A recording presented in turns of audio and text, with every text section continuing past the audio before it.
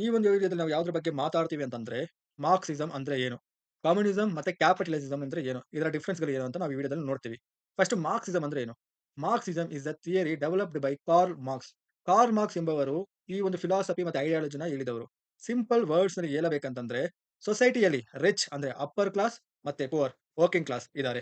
ಇವರ ಮಧ್ಯೆ ನಡೆಯುವ ಫೈಟ್ ಆಗಿದೆ.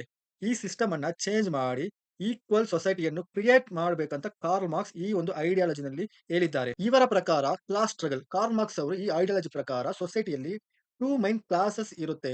ಅಂದ್ರೆ rich people for example company owners ಮತ್ತೆ business people and workers for example job ಮಾಡೋರು ಮತ್ತೆ ವೇಜಸ್‌ಗೋಸ್ಕರ ಕೆಲಸ ಮಾಡೋರು, ಸ್ಯಾಲರಿ ಮೇಲೆ ತುಂಬಾನೇ ಡಿಪೆಂಡ್ ಆಗಿರೋರು. ಕಾರ್ಲ್ ಮಾರ್ಕ್ಸ್ ಅವರು ಈ ಒಂದು ಐಡಿಯಾಲಜಿ ಮುಖಾಂತರ ಏನ್ ಹೇಳ್ತಾರಂತಂದ್ರೆ, ರಿಚ್ ಪೀಪಲ್ ವರ್ಕರ್ಸ್ ಇಂದ ವರ್ಕ್ ತಗೊಂಡು ಪ್ರಾಫಿಟ್ ಮಾಡ್ತಾರೆ. ಬಟ್ ವರ್ಕರ್ಸ್‌ಗೆ ಕಮ್ಮಿ ಸ್ಯಾಲರಿ ಕೊಡ್ತಾರೆ. ಫಾರ್ ಎಕ್ಸಾಂಪಲ್ ನೀವು ಒಂದು ಕಂಪನಿಯಲ್ಲಿ ಕೆಲಸ ಮಾಡ್ತಿದ್ದೀರಾ, ಇಲ್ಲ ದಿನ ಕೂಲಿಯವರು ಕೆಲಸ ಮಾಡ್ತಿದ್ದಾರೆ. ಅವ್ರು ಏನ್ ಮಾಡ್ತಾರಂದ್ರೆ ಡೈಲಿ ಹೋಗಿ 8 ಅವರ್ 9 ಅವರ್ ತುಂಬಾನೇ ಕೆಲಸ ಮಾಡ್ತಾರೆ. But end of the year, end of the month ಅಲ್ಲಿ ಅವರು ರಿಚ್ ಪೀಪಲ್ ಏನ್ ಮಾಡ್ತಾರೆ ಅಂದ್ರೆ ಓನರ್‌ಗಳು ಏನ್ ಮಾಡ್ತಾರೆ ತುಂಬಾನೇ ಪ್ರಾಫಿಟ್ ಮಾಡ್ತಾರೆ. ಫಾರ್ ಎಕ್ಸಾಂಪಲ್ ಅವರು 1,50,000 ಪ್ರಾಫಿಟ್ ಬಂದ್ರೆ, ಬಟ್ ವರ್ಕರ್ಸ್‌ಗೆ 10,000 15,000 ಸ್ಯಾಲರಿ ಕೊಡ್ತಾರೆ.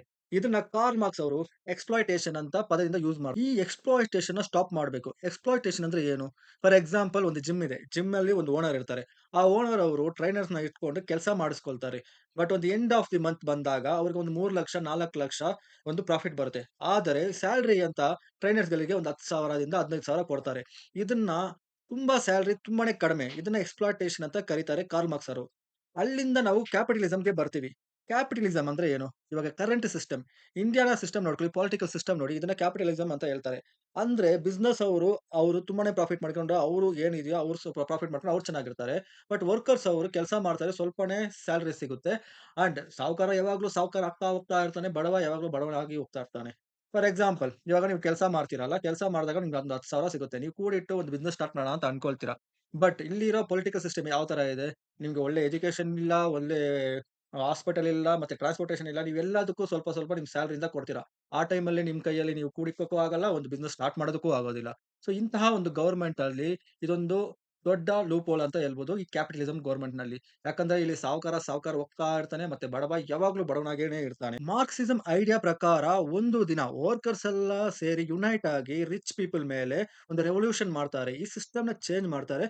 ಮತ್ತೆ ಎಲ್ಲಾನು ಎಲ್ಲರಿಗೂ ಈಕ್ವಲ್ ಆಗಿ ಕೊಡಿಸ್ತಾರೆ. ಫಾರ್ ಎಕ್ಸಾಂಪಲ್ ಹಾಸ್ಪಿಟಲ್ ಆಗಿರ್ಲಿ, ಟ್ರಾನ್ಸ್‌ಪೋರ್ಟೇಷನ್ ಆಗಿರ್ಲಿ, ಇಲ್ಲಾಂದ್ರೆ ಒಂದು ಸ್ಕೂಲ್ ಸಿಸ್ಟಮ್ ಆಗಿರ್ಲಿ. ಇವಾಗ ಸಾಹುಕಾರಗೆ ಎಷ್ಟು ಬೆನಿಫಿಟ್ ಸಿಗುತ್ತೋ ಅದೇ ತರ ಸ್ಕೂಲಲ್ಲೂ ಬಡವ ಒಬ್ಬ ಹೋಗಿ ಸೇರಿಸಿದ್ರೆ ಆ ಮಕ್ಳಿಗೆ ಅದೇ ತರ ಒಂದು ಫೆಸಿಲಿಟಿನ ಕೊಡ್ತಾರೆ. ಸೊ ಇಲ್ಲಿಂದ ನಾವು ಮಾರ್ಕ್ಸಿಸಂ ಇಂದ ಇಲ್ಲಿಗೆ ಕಮ್ಯುನಿಸಂ ಬರ್ತೀವಿ. ಕಮ್ಯುನಿಸಂ ಗವರ್ನಮೆಂಟ್ ಅಂತ ತಗೊಂಡ್ರೆ ನಿಮ್ಗೆ ಫ್ರೀ ಎಜುಕೇಷನ್ ಸಿಗುತ್ತೆ, ಮತ್ತೆ ಹಾಸ್ಪಿಟಲ್ ಏನಿದೆ ಅದು ಫ್ರೀ ಇರುತ್ತೆ. ಮತ್ತೆ ಏನೆಲ್ಲ ಲ್ಯಾಂಡ್ ಇದೆಯೋ ಅದೆಲ್ಲ ಗವರ್ನಮೆಂಟ್ ಹೆಸರಲ್ಲಿ ಇರುತ್ತೆ. ಇವಾಗ ಒಂದು ಡಾಕ್ಟರ್ ಆಗಿರ್ಲಿ, ಇಲ್ಲಾಂದ್ರೆ ಬಿಸಿನೆಸ್ ಬಿಲ್ಡರ್ ಆಗಿರ್ಲಿ, ಇಲ್ಲ ಬಿಸಿನೆಸ್ ಓನರ್ ಆಗಿರ್ಲಿ, ಎಲ್ಲರಿಗೂ ಈಕ್ವಲ್ ಆಗಿ ಎಲ್ಲ ಸಿಗುತ್ತೆ. ಟ್ರಾನ್ಸ್‌ಪೋರ್ಟೇಷನ್, ಫುಡ್ ಮತ್ತೆ ಹಾಸ್ಪಿಟಲ್ ಎಲ್ಲಾನು ಅದು ಈಕ್ವಲ್ ಆಗೇ ಇರುತ್ತೆ. ಎಲ್ಲ ಗವರ್ನಮೆಂಟ್ ಹೆಸರಲ್ಲಿ ಇರುತ್ತೆ. ಯಾರು ಏನನ್ನು ಓನ್ ಮಾಡಕ್ ಆಗೋದಿಲ್ಲ. ಸೊ ಇದನ್ನ ಕಮ್ಯುನಿಸಂ ಅಂತ ಹೇಳ್ತಾರೆ. ಇದರ ಪ್ರಕಾರನೇ ಚೈನಾ ಒಂದು ವರ್ಕ್ ಆಗ್ತಾ ಇರೋದು.